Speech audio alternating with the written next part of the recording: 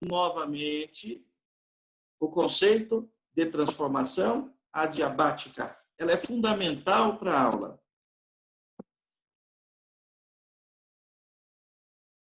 Bom, o que vem a ser uma transformação adiabática?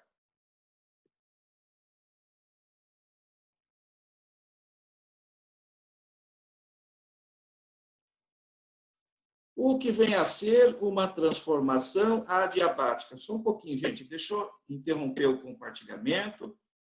Agora sim, coloco de novo para você. O que vem a ser uma transformação adiabática? Para aquele aluno que se queixa da interrupção da internet. Uma transformação que não troca calor. Porque ela é isolada, termicamente falando, ou ela é muito rápida. E assim sendo, não troca calor. E mesmo assim, o gás expande, o gás comprime, mudam tudo, pressão, volume, temperatura. E de acordo com o nosso gráfico, olha aqui, ó. Pressão, volume variam de forma inversa. Combinado, gente? Sim. Então, prosseguindo. Outra coisa muito importante, gente. O ciclo de Carnot. Bom, o que vem a ser o tal ciclo de Carnot? Teoria, né? Um ciclo teórico no qual uma máquina térmica teria seu rendimento máximo. Não podemos falar em ciclo de Carnot para motores elétricos, por favor. Eu só falo em ciclo de Carnot para máquinas térmicas. Olha, por favor, rendimento máximo não significa rendimento de 100%. Não há máquina que tenha rendimento de 100%. Outra coisa, o nosso ciclo de Carnot é constituído por transformações isobáricas. Opa, uma falha. Não é isobárica, viu? Não é isobárica. É transformação o quê, gente? Isotérmica, né? Isotérmica? Claro, não pode ser isobárica. Foi uma falha minha, foi pressa, foi imperícia, imprudência e negligência. Não é isobárica, é isotérmica. Fechou? Então, eu tenho isotérmicas intercaladas por adiabáticas. Bom, atenção, gente. Atenção, olha a cara do ciclo de Carnot. Segundo Sadi Carnot, obedecendo a este padrão, qualquer máquina deveria ter rendimento máximo. Veja, de A para B, acompanha aqui o mouse. Eu estou sempre na mesma isoterma. Então, é uma transformação isotérmica. Você concorda comigo? De A para B, eu estou sempre na mesma temperatura. É isotérmica. É uma expansão isotérmica. Vou só passar uma borrachinha nisso daqui. Aí, agora sim. De B até C, variou a temperatura. Todos concordam? Variou a pressão, sim. Variou o volume. Opa, variou tudo? Certamente, esta é adiabática. Aliás, uma expansão adiabática. Importantíssimo. Eu saio de uma temperatura T1 e chego numa temperatura menor T2. Nas expansões existe resfriamento. Gente, de C até D. O volume muda, a pressão muda, mas eu estou caminhando na mesma isoterma. Se eu estou caminhando na mesma isoterma, a temperatura não muda. de C até D, uma compressão isotérmica. E de D até A, mudou pressão, mudou volume, mudou temperatura, mudou tudo. Então, esta de D até A, certamente é a transformação adiabática também. Está aqui o santo graal da termodinâmica. Qualquer um engenheiro mecânico que projete um motor a combustão interna tem que ter como referência teórica o ciclo de Carnot, poxa. Não há máquina que opere de acordo com esse gráfico, por favor. Tentamos nos aproximar desse gráfico. Por isso eu usei a expressão santo graal.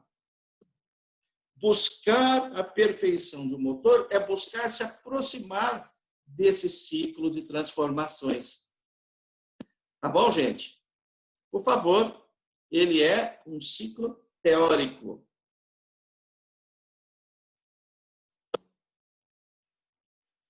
Bom, rendimento da máquina de Carnot, importante, hein? Ele é um rendimento que é função da temperatura absoluta. Yoshi.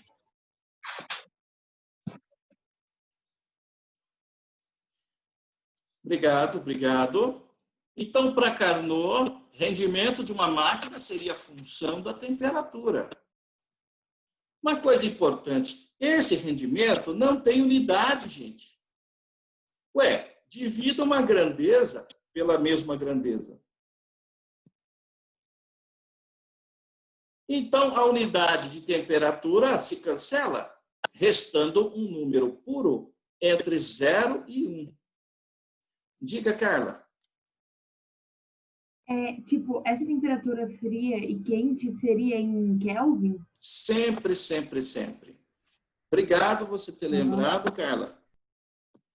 Na termodinâmica, no finalzinho, né? É sistema internacional. Tem que usar a temperatura em Kelvin. Então, pega o valor em Celsius e soma 273. Perfeito. Dessa forma, Carla, nunca esse denominador será igual a 0. Boa pergunta, excelente. Mais alguém? Gente. Rendimento, uma função da temperatura. Bom, falou em rendimento de Carnot, você vai pensar nisso, por favor. E nunca vai achar rendimento maior do que 1. Aliás, nem igual a 1. Rendimento é sempre menor do que 1. E digo mais, para efeito de vestibular, as máquinas mais eficientes têm rendimento na casa de 30% a 40%. Veja, alguém sabe aqui me dizer qual é a máquina térmica mais eficiente que existe no nosso dia a dia?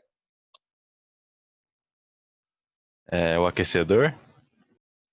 Mas o aquecedor, chefe, é feito Joule lá do Rogério. Não é máquina térmica. Ah, mas é eficiente, porque tudo que esquenta já ajuda a esquentar mais ainda. Concordo contigo.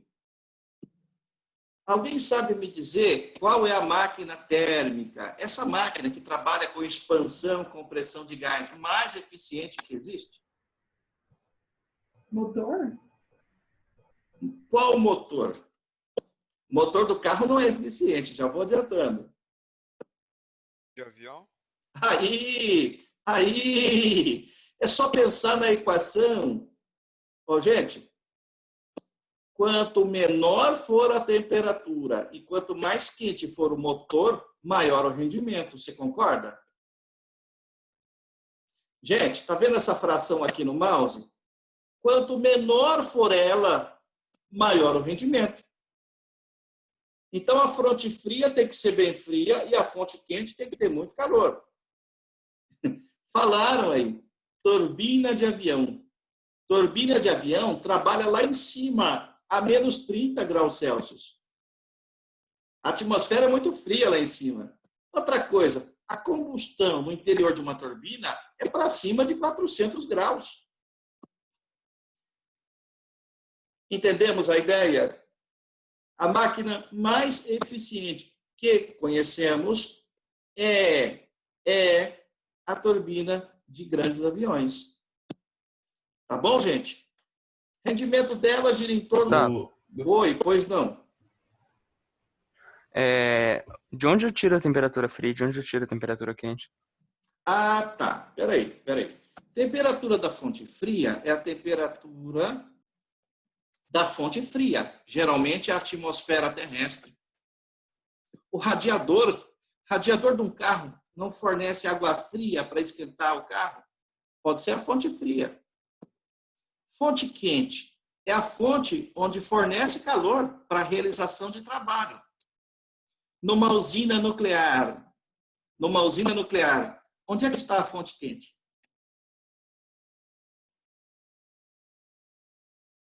Da fissão. Aí, perfeito, no reator onde ocorre fissão. Numa turbina, onde é que está a fonte quente?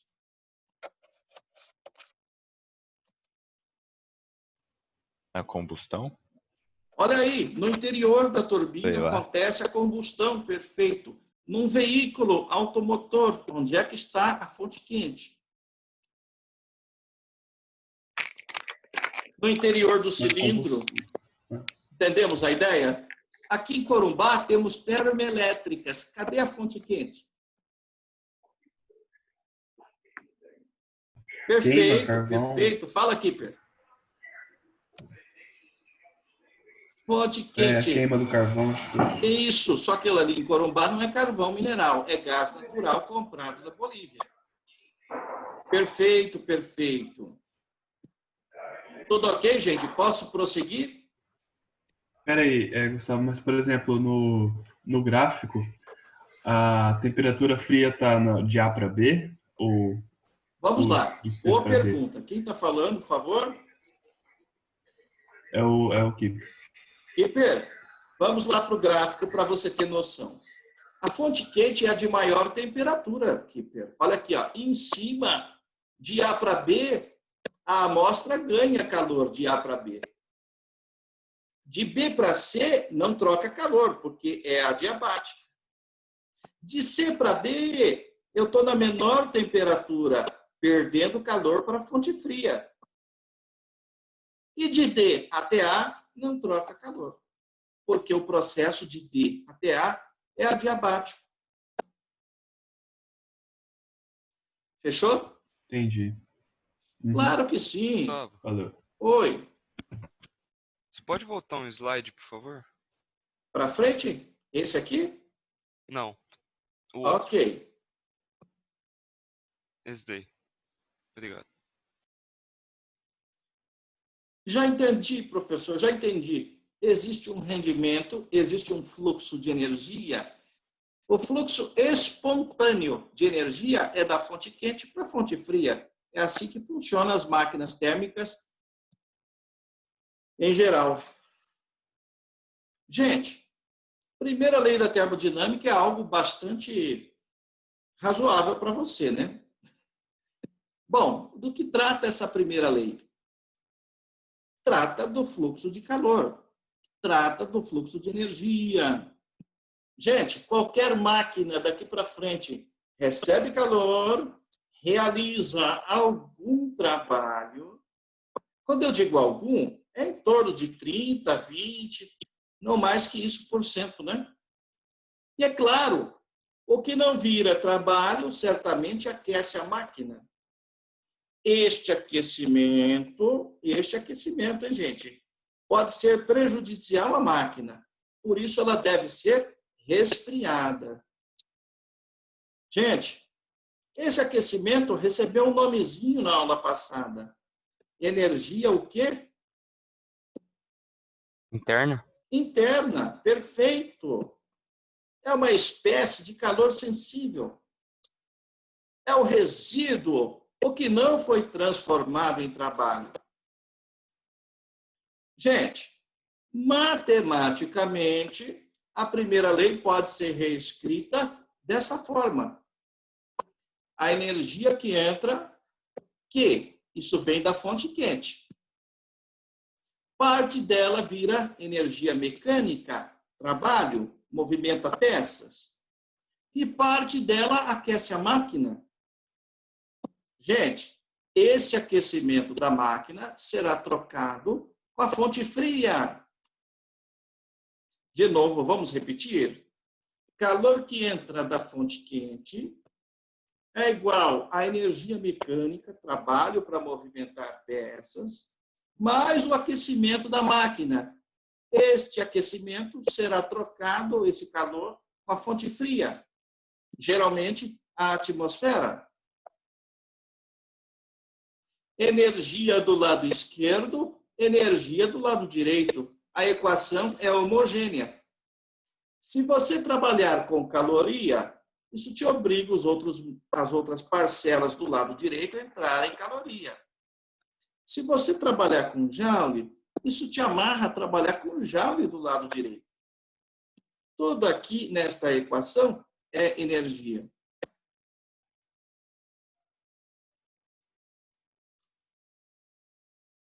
Gente, algum problema com relação à transformação adiabática, ao ciclo de Carnot e à primeira lei? Por favor, tornem público aí, tá? Eu estou aqui no bate-papo, ninguém postou dúvida nenhuma. E, novamente, estou ganhando do Rogério. 31 contra 18 do Rogério. Deixa ele. Professora, eu tenho uma pergunta. Pois não.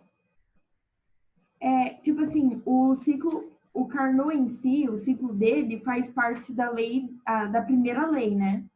Na verdade, são trabalhos independentes. O ciclo de Carnot está mais para a segunda lei do que para a primeira lei. Curioso isso, hein? Você vai entender por quê daqui a pouco.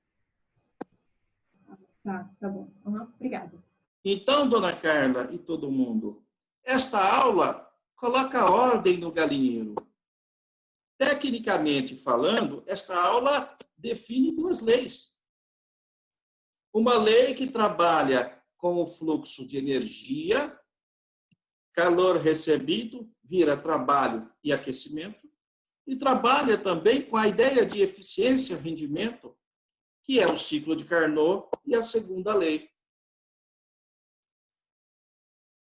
Gente, precisamos caminhar.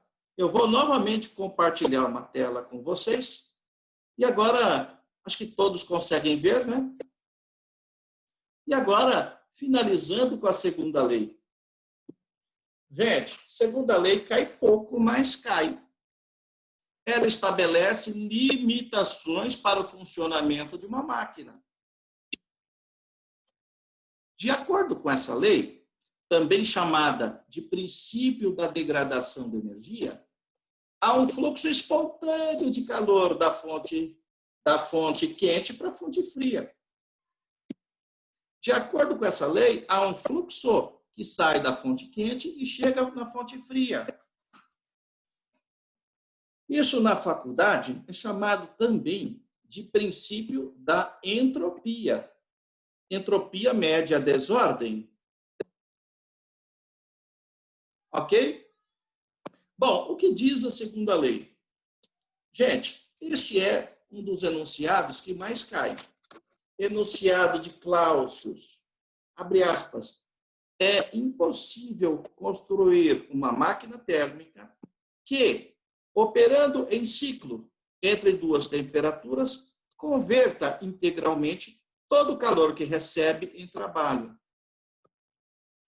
Traduzindo,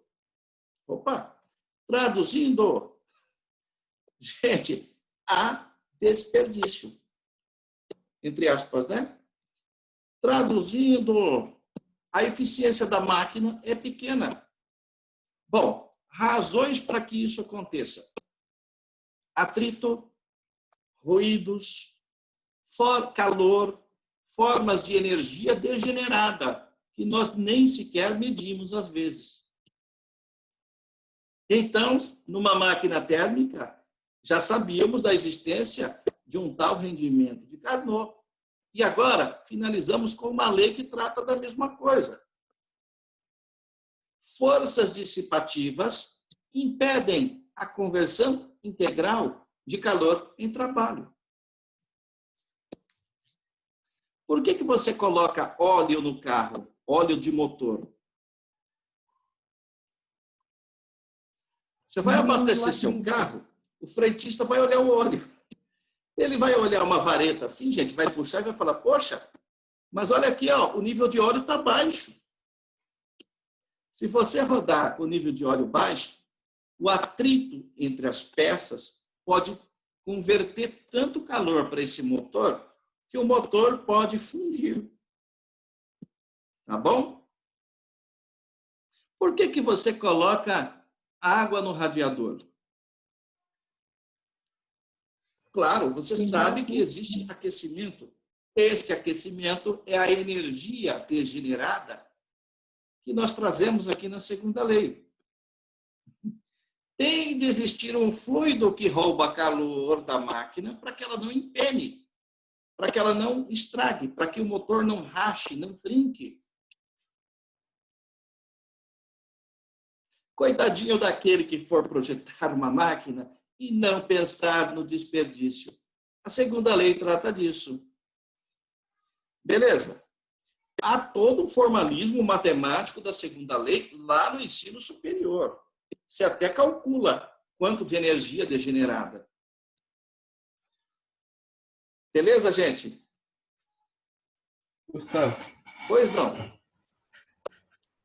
Aqui no Tetra tem um segundo, tá escrito aqui no Tetra, segundo princípio, é isso que você falou, é impossível conversão integral do calor em trabalho, né? Sim. Aí o terceiro tá escrito que não pode haver um motor com rendimento 100%. Não é a mesma coisa? Acaba sendo. Nessa ideia de Clausius, são vários enunciados. Por favor. Existe um enunciado de Kelvin. Existem vários enunciados da segunda lei, todos eles do início do século XIX. Entretanto, todos eles tratam da mesma coisa. Há desperdício. Há um fluxo num dado sentido, da fonte quente para a fonte fria. Tá bom? Esse é o fluxo espontâneo. Uhum. Bom, boa pergunta, Kipper. Cada material traz uma abordagem diferente, mas todos eles concordam em uma coisa. A segunda lei trata da eficiência, do rendimento, do desperdício. Beleza? Beleza, valeu. Mais alguém quer falar, publicar alguma coisa? Por favor, quem está sem microfone, poste aqui no bate-papo do Zoom, né, gente? Que é um chatzinho aqui. E eu vou tentar te ajudar também. Então, meninos, por favor, nós iremos agora à resolução do Tetra.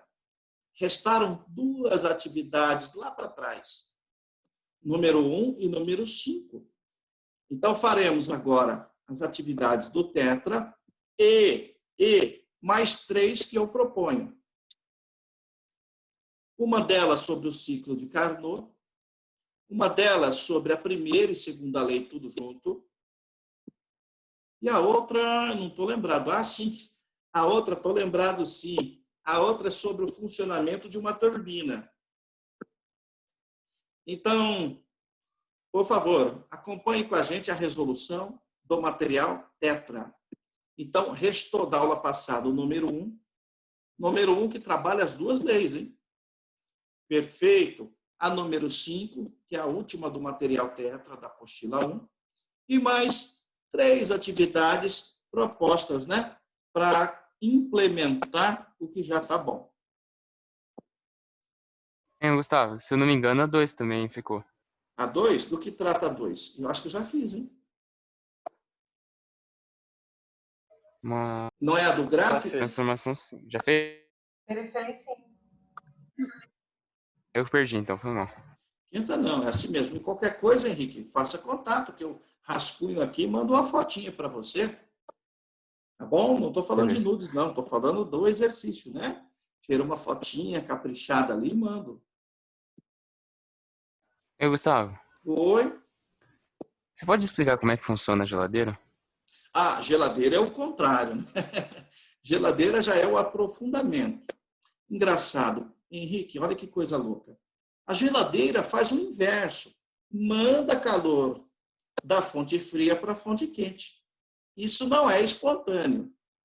Ao invés de expandir, realizando um trabalho, essa máquina mais comprime do que expande. E esta compressão, Henrique, esta compressão nada mais, nada menos é do que um trabalho recebido por uma máquina externa.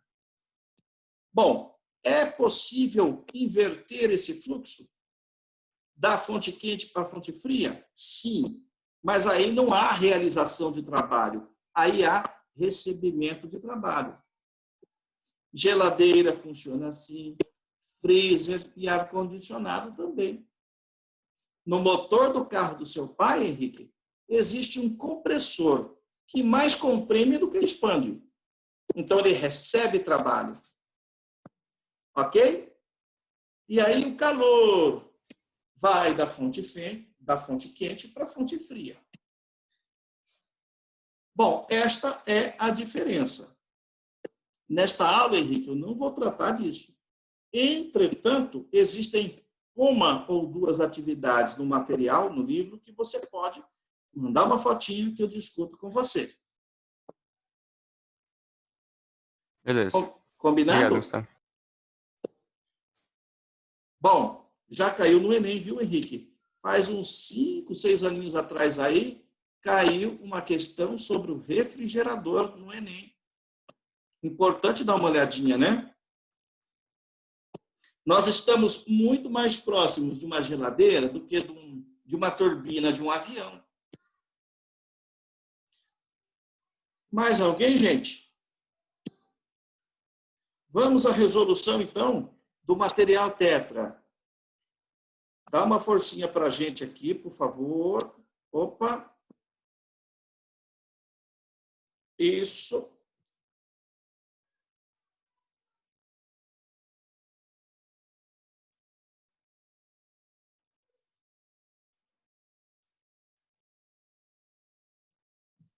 Aí, agora sim. Todos enxergando? Sim. Sim. Obrigadão, gente, pelo apoio aí. Exercício 1, o DESC 2015. Analise as proposições com relação às leis da termodinâmica. Gente, todas as vezes que eu vou resolver um exercício de termodinâmica, eu tenho que imaginar algo concreto do meu dia a dia para tentar contextualizar. Mas este exercício é impossível. Eu não conheço nada que trabalhe como esse exercício. Geralmente eu falo de motores, de turbina, de termoelétricas, de nucleares, falo de uma estrela como o Sol, falo de muita coisa, até de biologia. Falo mal do Léo Brites, falo mal, sim, do meu amigo Adriano, falo mal também de muita coisa.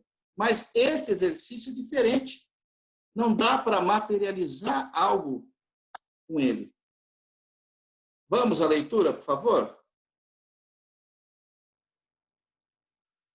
Ô, moçada, atenção, atenção, atenção. Analise as proposições com relação às leis da termodinâmica. Você conhece duas, hein? 1. A variação da energia interna de um sistema termodinâmico é igual à soma da energia na forma de calor fornecida ao sistema e do trabalho realizado sobre o sistema. Cuidado com o enunciado. Calor fornecido ao sistema gasoso e do trabalho realizado sobre o sistema. Verdadeira ou falsa? Falso. Aqui a resolução. Ah, Gente. Calor é trabalho, mais ΔU. Isole o ΔU. Gente, a amostra gasosa, preste atenção no mouse, ganha calor. Endotérmico é positivo. Só que o trabalho é realizado sobre o gás. Esse trabalho é de compressão. Opa, menos com esse menos deu o quê? Mais. Então, a primeira está certa. O problema são as palavrinhas. Calor recebido é mais. Trabalho recebido é um trabalho que comprime. Menos. Menos com menos é mais, e a primeira está correta. Pro, mas eu fiquei com uma dúvida assim. O gráfico do ciclo de Carnot é sentido horário, né? Aí, Sim. no sentido horário, o trabalho não tem que ser positivo? Sim. Mas, Liara, o que o ciclo de Carnot tem a ver com esse problema? Nada. Ele não está nada, né? Eu ele pensei não que era está uma máquina falando da térmica. eficiência. Quando eu falo ciclo de Carnot, eu tenho que pensar na eficiência da máquina. Não é esse o contexto aqui. Tá, Está verdade. perfeito o que você falou, mas não é Mas não para cabe esse aqui, contexto. né? Entendi. Obrigada, Pro. Mais alguém, gente? Eu não entendi. Gustavo, pode falar aqui. Obrigado, Zé. Eu não entendi por que o trabalho é negativo nessa. Olha a leitura. Vamos lá na leitura? De novo, eu tenho que analisar o que está correto e o que está falso. A variação da energia interna de um sistema termodinâmico é igual à soma da energia na forma de calor fornecida ao gás e do trabalho realizado sobre o gás. Espera aí. O gás está recebendo calor, acompanha o mouse. E o gás está sendo comprimido. Trabalho numa compressão é um trabalho negativo.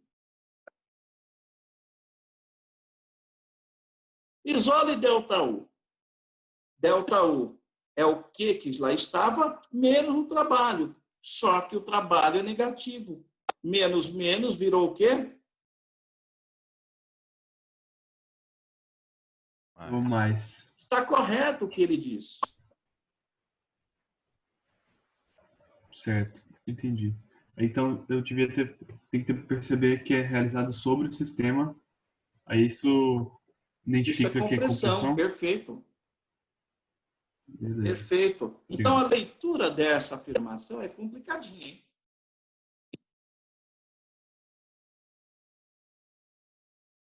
Bom, vamos de novo? Então, a 1 está correta. Número 2. Um sistema termodinâmico isolado e fechado aumenta continuamente sua energia interna? Gente, eu não conheço nenhum sistema termodinâmico isolado e fechado. Se ele é isolado, ele não troca energia. Se ele é fechado, não entra matéria, não sai matéria. Caramba, quem é esse sistema termodinâmico isolado?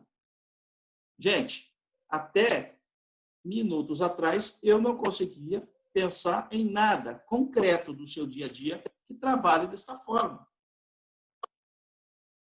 Sistema fechado e isolado, não há troca de calor. Também não recebe nem realiza trabalho. Ele é isolado. Ah, já entendi. Então, a contabilidade aqui em cima dá uma energia interna igual a zero. E ele está dizendo o contrário. Ele está dizendo que a energia interna aumenta continuamente. Gente, número 2 também está Também não, perdão, está falsa. A 1 está correta, a 2 está falsa.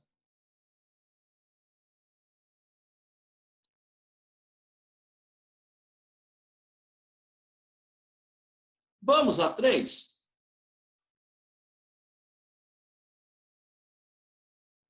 É impossível realizar um processo termodinâmico cujo único efeito seja a transferência de energia de um sistema de menor temperatura para um de maior temperatura. Caramba, eu estou falando do fluxo espontâneo de energia. Está correto. O fluxo espontâneo se dá da fonte quente para a fonte fria. Isto é a segunda lei.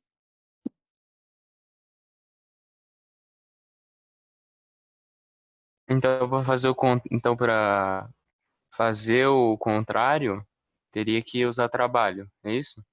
Isto. Outra coisa, meu irmão, o espontâneo é da fonte quente para a fonte fria. A lei da termodinâmica, a segunda lei, ela trata da espontaneidade de um processo. Vai haver desperdício? Vai. Vai haver trabalho? Vai. Está certo o que está dito na 3 aqui.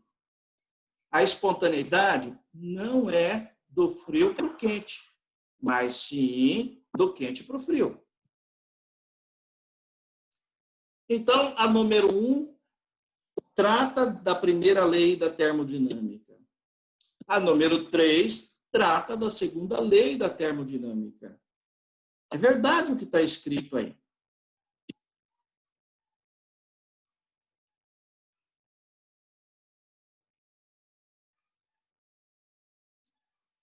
É possível inverter esse ciclo? Sim, desde que o sistema receba trabalho de fora. É possível, mas desde que receba trabalho de fora. 1 correta, 2 está falsa, 3 está verdadeira. Gente, melhor resposta, qual letra, por favor? C. Letra C, né, gente? Não, é. Outra coisa, gente, vocês têm que vir preparado para essa aula, né? Tenha sempre aí uma piadinha aí para contar, porque eu sou muito sem graça mais à distância, né? Venha... Pode deixar. Por favor, providencie uma piada, um fuxico, alguma coisa. A distância perde muito esse calor trocado entre nós. Tá bom, gente? Bom, moçada, vamos, por favor, compartilhar a tela. Vamos ao exercício de número 5.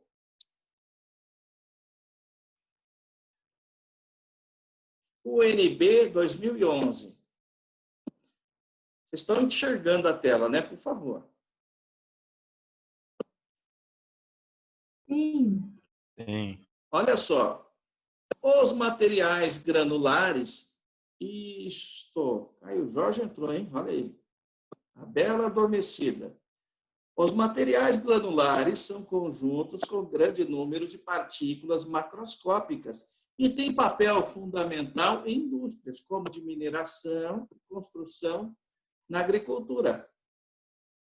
Gente, estou falando de partículas empilhadas, é disso. Olha, as interações entre grãos são tipicamente repulsivas e inelásticas, decorrendo a dissipação de energia, principalmente devido ao atrito. Em muitas ocasiões, os sistemas granulares não se comportam como gases líquidos ou sólidos. Bom, adiante. Eles podem ser considerados apropriadamente como outro estado da matéria. Por exemplo, uma pilha de grãos estável se comporta como um sólido. Se a altura desta pilha aumentar acima de certo valor, os grãos começam a fluir. No entanto, o fluxo não será como em um líquido. porque tal fluxo somente se dará em uma camada na superfície da pilha, enquanto os grãos no seu interior ficarão em repouso. Bom, da onde saiu, né, essa loucura aqui, gente? Revista Brasileira de Ensino de Física, volume 30, número 1, 2008. Bom, o que uma pilha de grãos tem em relação com o nosso conteúdo? Bom, olha aqui. Suponha que uma colheitadeira de grãos se comporta como uma máquina térmica de Carnot. Funcione entre as temperaturas de 27 graus Celsius e 327 graus Celsius, a partir de uma potência recebida de 1000 watts. Calcule em joule a quantidade máxima de energia que essa máquina pode transformar em trabalho mecânico em 1 segundo. Para a marcação do caderno de respostas, despreze, caso exista, a parte fracionária do resultado final obtido, após realizar todos os cálculos solicitados. Agora sim, rendimento da colheitadeira. Gente, 1 menos temperatura da fonte fria dividido pela temperatura da fonte quente. Por favor, voltando, você não vai jogar 27. Você não vai jogar 327. Até porque esses resultados são Celsius. Então, aqui é 27 mais 273. E aqui, 327 mais 273. Pronto. Se a colheitadeira funcionasse como o ciclo de Carnot, não é, mas supondo, ela teria uma eficiência de apenas 50%. Bom, a pergunta é a fração que virou o trabalho. Isso aí, rendimento de qualquer máquina, não é a de Carnot. É potência útil sobre potência total. No lugar do rendimento entra meio, a potência útil é a fração da potência que vira trabalho, potência total é 1000. Multiplicamos cruzado e dos 1000 watts recebidos de potência, somente 500 watts viram trabalho. Por definição, potência é trabalho sobre tempo. Então, trabalho é potência vezes tempo. Potência 500, tempo de 1 segundo. Olha aí, 500 joules a cada 1 segundo. Esse é o resultado final do exercício 5.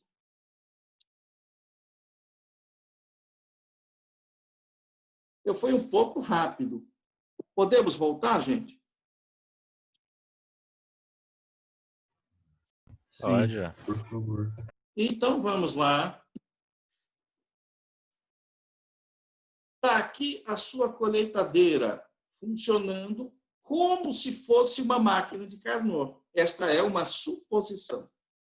Ela trabalha entre 27 e 327 graus. E ela recebe uma potência total de 1000. A pergunta é, qual o trabalho em cada 1 segundo? Primeira etapa, o que fizemos? Calculamos o rendimento de Carnot. Afinal, nossa colheitadeira trabalha como se fosse uma máquina de Carnot. Transformamos para Kelvin. E olha o que descobrimos. Essa colheitadeira tem um rendimento de 50%. Qualquer rendimento, potência útil, potência total. E isso foi dado, vale 1000. Rendimento já temos, acabamos de calcular. Descobrimos a potência útil. E, novamente, potência útil, trabalho sobre tempo. Queremos o trabalho Então, basta passar multiplicando. Útil, 500. Tempo de 1 segundo. Aqui o trabalho, ele vale 500 joules. Tranquilo, gente? Tranquilo. Uma excelente atividade da nossa apostila. Professor, Pois não. eu posso fazer só uma pergunta, tipo, não é sobre essa matéria, só, tipo, quando a gente faz gases perfeitos, eles também são no sistema internacional, também faz com Kelvin? Olha, a partir de estudo de gases, tudo em geral fica no sistema internacional, né? Perfeito. Tá bom, obrigada. Tá correta essa afirmação.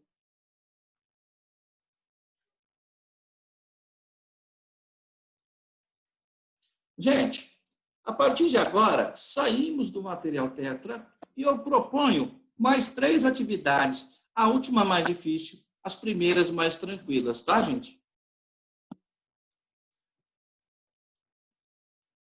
Beleza. Então, novamente, compartilhando tela, por favor. Está aqui um exercício fora da apostila. Gente, as 2 leis estão presentes aqui nesse exercício. Fácil, bobinho, mas fundamental. Um folheto explicativo sobre uma máquina térmica afirma que ela, ao receber 1.000 calorias da fonte quente, realiza 4.186 joules de trabalho. Ora bolas, preste atenção. Recebeu em caloria e realizou um trabalho em joule. Temos um probleminha, temos que colocar dentro de um só padrão. Sabendo-se que cada 1.000 calorias vale 4.186 joules, e com base nos dados fornecidos pelo folheto, você pode afirmar que esta máquina, 2 pontos, viola a primeira lei? Acho que sim. Não, perfeito, Larissa. Porque cada 1.000 calorias são 1 quilocaloria. A primeira lei, Larissa, diz o seguinte: o que entra de calor vira trabalho e aquecimento. Se eu estou recebendo 1.000 calorias, eu estou recebendo 1 quilocaloria. Ou seja,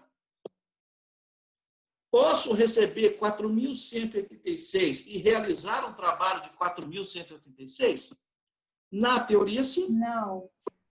Peraí. Na teoria da primeira lei, sim. Quem falou não pensou em qual lei? Ah, na segunda. Veja, olha que pegadinha. Esse exercício ele tem também embora fácil, ele é um exercício que tem esse apelo, né? Essa pegadinha de interpretação. Pensando na primeira lei.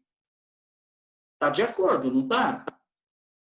Recebo Por quê? 1.000 calorias ou 1 quilocaloria. Isso equivale a quanto? Tá bom, mas eu estou dizendo que eu estou realizando quanto?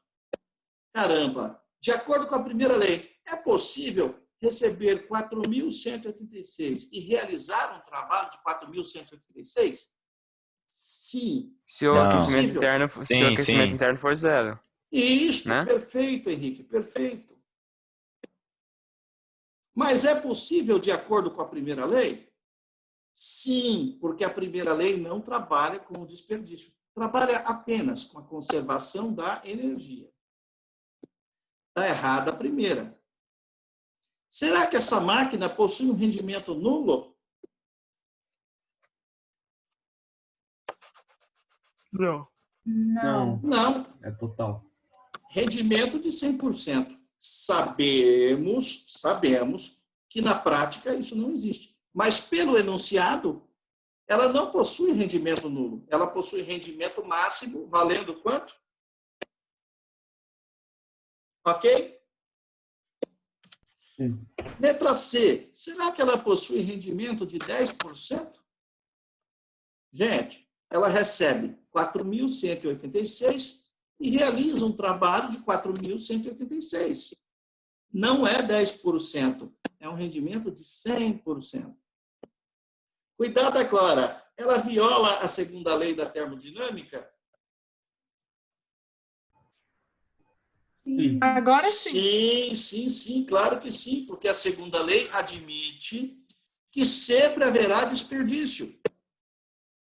De acordo com a segunda lei, essa máquina é impossível de ser construída. Ela funciona de acordo com o ciclo de Carnot? Gente, ciclo de Carnot estabelece rendimento máximo 100%? Pelo amor de Deus. Ciclo de Carnot nunca fala em rendimento de 100%.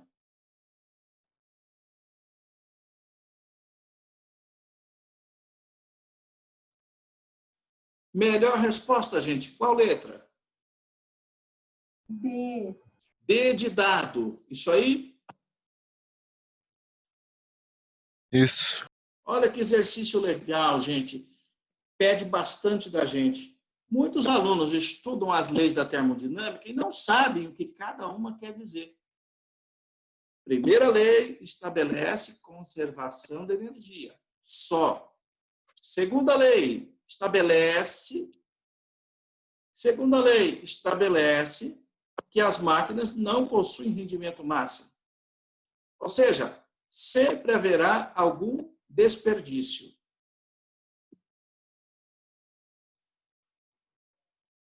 Letra D de dado.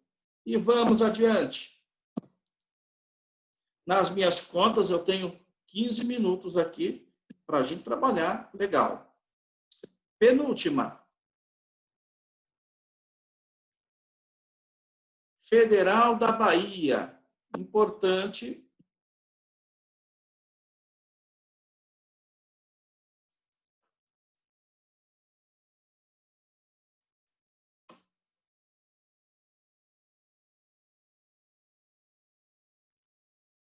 A figura a seguir representa o ciclo de Carnot para um gás ideal. Nessas condições, é correto afirmar. Gente, antes da gente iniciar, é somatório. De A para B, qual é a transformação envolvida? Isotérmica. Isotérmica. De A para B, a pressão diminui, o volume aumenta, mas a temperatura permanece inalterada. De B até C, o que está mudando? Tudo. Obrigado. Adiabática. Adiabática é uma expansão adiabática, mudou tudo. Perfeito, muito obrigado quem está ajudando. De C até D, o que está mudando? O volume diminui. Pressão e volume. Isotérmica. O volume diminui, a pressão aumenta, mas a temperatura de C até D sempre fica igual a T2. Isotérmica, obrigado aí, gente. E de D até A, isso. Mudou tudo. Temperatura, pressão e volume. Gente, vamos lá. 0,1. Na compressão adiabática, a energia interna do gás diminui? Compressão adiabática só tem uma. De D até quem, gente? A. De D até A. Gente, energia interna depende de temperatura. Em D, a temperatura é T2. Em A, a temperatura subiu para T1. Se subiu a temperatura, a energia interna não pode diminuir. Tudo ok? De novo. Tudo. Fala, Kipper. Como que eu identifico num desenho, por exemplo, uma adiabática de uma isotérmica? isotérmica, olha aqui, ó, de A para B, presta atenção no mouse. De A para B, pressão diminuiu, volume aumentou. Só que a temperatura é sempre a mesma, porque eu estou sempre na mesma isoterma. Está vendo aqui? Isoterma. Sim. De B até C. Mas, por exemplo, quando... De B até C, olha só. Mudou pressão, mudou volume, mas a temperatura também mudou. A isotérmica muda tudo. A isotérmica muda pressão e volume. A adiabática muda tudo. Pressão, volume e temperatura. Certo. De novo, vamos repetir a 01, por favor. Na compressão adiabática, você está enxergando que a compressão adiabática é de D até A? Por quê? De B até C não é compressão, é uma expansão. De novo, na compressão adiabática, estou falando desse trecho aqui do gráfico. A energia interna do gás diminui. Ora, bolas, eu vou de uma temperatura pequena, T2, para uma temperatura termodinâmica maior. Então, a energia interna não diminui. Ela aumenta com a temperatura.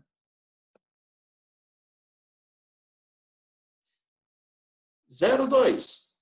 Na expansão isotérmica, o gás recebe calor de uma das fontes? Gente, para qualquer transformação que não seja adiabática, para expandir, recebe calor. Para comprimir, perde calor. De novo, não sendo adiabática, qualquer transformação, se há expansão, é porque recebe calor. Gente, expansão isotérmica é daqui, ó, esse trecho aqui do gráfico. Mudou o volume, volume final maior que o inicial, então o gás expande. Claro que isso ocorre às custas de calor. Está certa a 02. Ô, professor. Oi. Nessa expansão isotérmica, então, o volume aumenta e a pressão diminui. Isto, porque é isotérmica, lei de Boyle, né? Boyle. Obrigada. Professor, Oi. se na expansão isotérmica a gente tem um recebimento de calor, por que na adiabática, para ter expansão, não precisa de receber calor? Eu não entendi essa parte. Ah, tá. É que você entrou um pouquinho depois. A transformação adiabática, ela é muito rápida. Ou, se ela não for muito rápida, ela está isolada do meio externo. É possível um gás expandir sem trocar calor? Sim, desde que a transformação seja adiabática.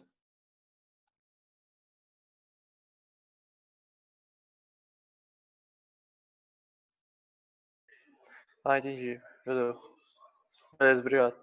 Gente, 04, na expansão adiabática, a temperatura do gás diminui? Expansão adiabática, eu estou indo de B até quanto, gente? De B até C, o volume passa de um volume VB para um volume VC. Então, ele está tratando desse trecho. Na expansão adiabática, a temperatura diminuiu, gente? Claro que sim. Sim. Passou de uma temperatura T1 para uma temperatura mais baixa, T2. 02 está certa. 04 está certa.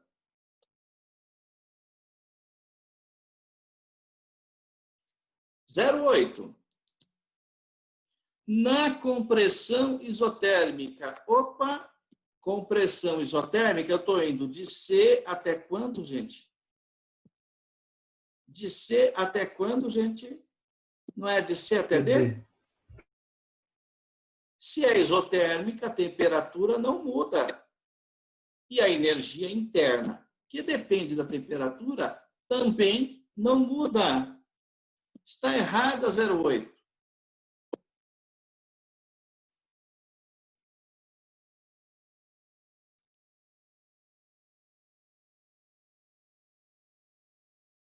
XVI. Na transformação cíclica, o gás atinge equilíbrio com a fonte quente antes de reiniciar novo ciclo? Gente, vamos lá. Comecei em A. Para expandir de A, por favor, presta atenção no mouse. Comecei em A. Para expandir até B, eu recebi calor de uma fonte quente. Claro, para que o calor flua pela amostra, você tem que entrar em equilíbrio térmico com a fonte quente. Só assim você expande isotermicamente de A para B. E depois expande sem trocar calor para C. Gente, o ciclo começa em A. E expansão, acompanha o mouse, expansão, expansão. A primeira delas troca calor, a segunda não. Temperatura T1 é grande. Então, a transformação de A para B é porque ela aconteceu ganhando o calor da fonte quente. E, para isso, ela tem que entrar em equilíbrio térmico com ela. Está correta 16.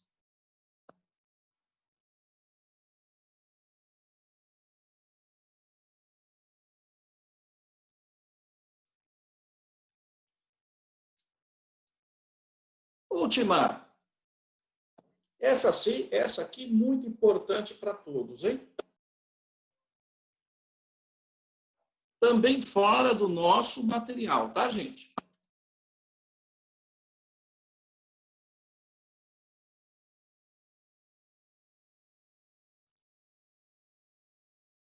E aí? Usina geradora de eletricidade produz 60 megawatts. Se ela produz, esse 60 é o que virou o trabalho. Megawatt é a unidade de potência. Existe uma usina geradora que produz 60 megawatts de potência. Isso vai virar trabalho. O vapor entra na turbina a 527 graus Celsius e sai a 127 graus Celsius. Está dizendo que entra calor na fonte quente e sai calor na fonte fria. Gente, a eficiência da usina corresponde a 60% de uma máquina de Carnot ideal. Quanto vale a taxa de consumo de calor? Quanto vale a potência total? Esta é a pergunta. Então, gente, do enunciado, rendimento de Carnot é uma função da temperatura. Confere? Isto, onde tem 127, eu somo 273. Onde tem 527, eu somo 273. Olha o que nós achamos. Rendimento de Carnot vale meio ou 50%. Detalhe, o enunciado diz que a usina opera com eficiência de 60% desta máquina, que tem rendimento de 50%. Traduzindo, 60% de 50, quanto vale? Pronto, é com este rendimento. Pode falar, Kipper. Não, eu estava falando a resposta meio atrasada. Ah, tá. Gente, se a eficiência é 60% da máquina de Carnot, 60% de 50 é 30. É com esse 30 que eu vou aos cálculos. Rendimento da sua máquina é 0,3. Potência útil, 60 megawatts. Potência total é a taxa de consumo. É o que entra na usina na forma de energia, na forma de potência. Multiplique cruzado, divida 60 por 0,3. E olha o que eu achei. Dividir 60 por 0,3, eu achei 200 megawatts de energia que entra nessa usina. Gustavo, Oi. como assim entra nessa usina? Não é a usina que produz? Então, calma, que ele aqui tenta fazer uma pegadinha. Nós estamos habituados a calcular o trabalho, ao que vira trabalho. Nesse exercício, a palavrinha produz, ele está dizendo que isso foi transformado em trabalho.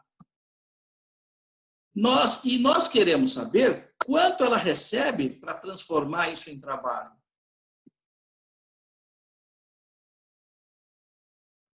Então, chefe, não foi à toa que eu escolhi esse exercício. Ele rompe um pouquinho com o tradicional.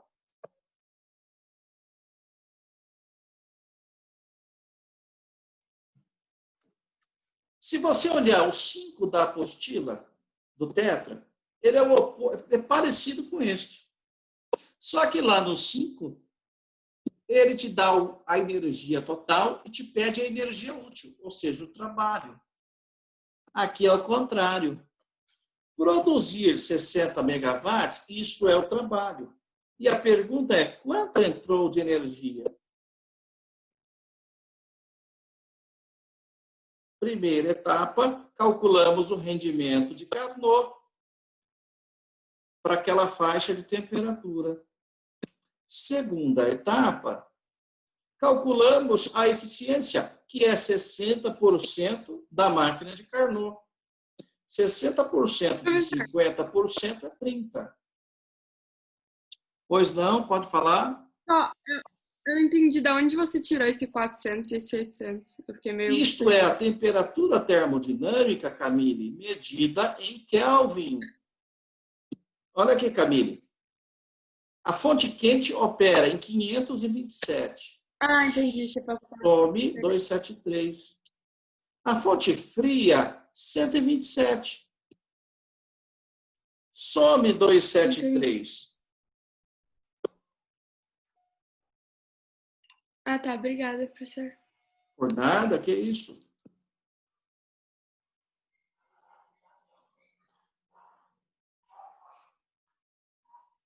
Ok, moçada?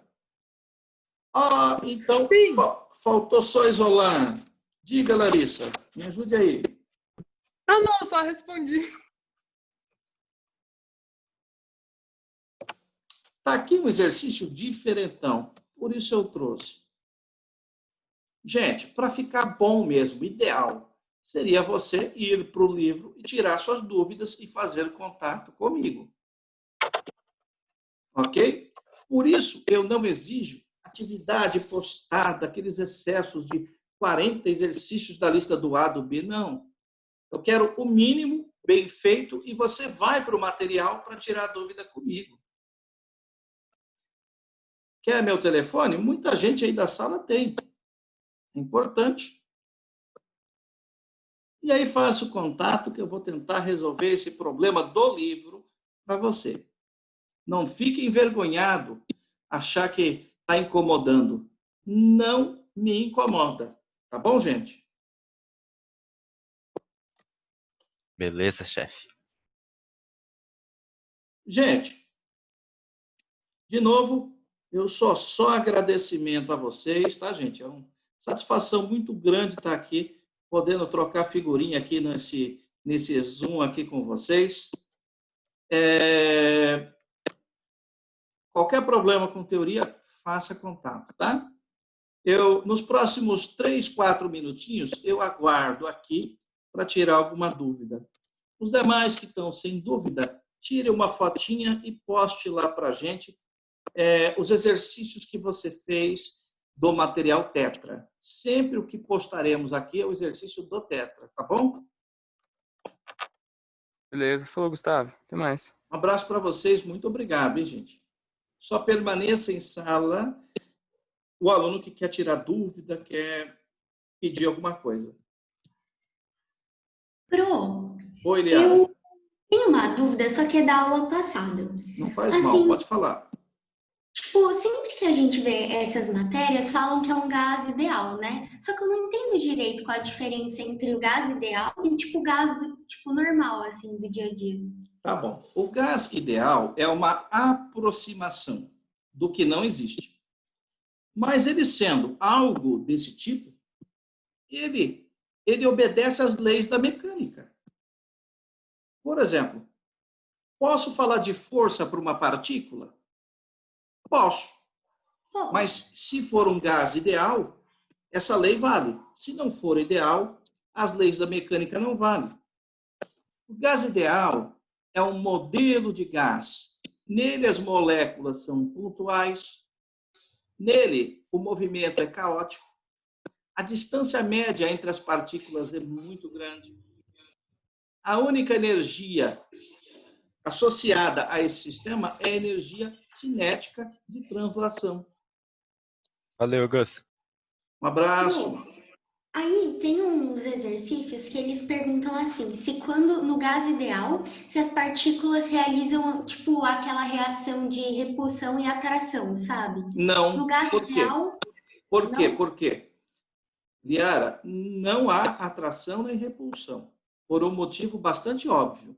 Elas estão tão afastadas, que a energia potencial de ligação entre elas é nula.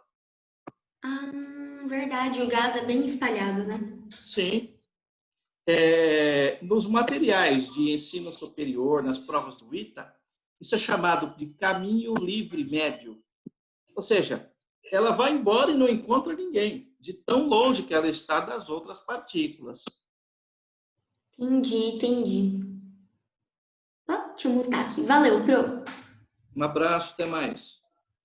Até.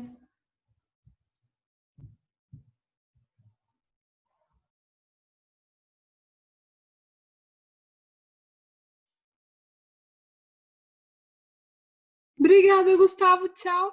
Obrigado a você, Larissa. É sempre bom ouvir vocês, tá? Obrigada, tchau. Até mais, tchau. Tchau, professor. Tchau, obrigado.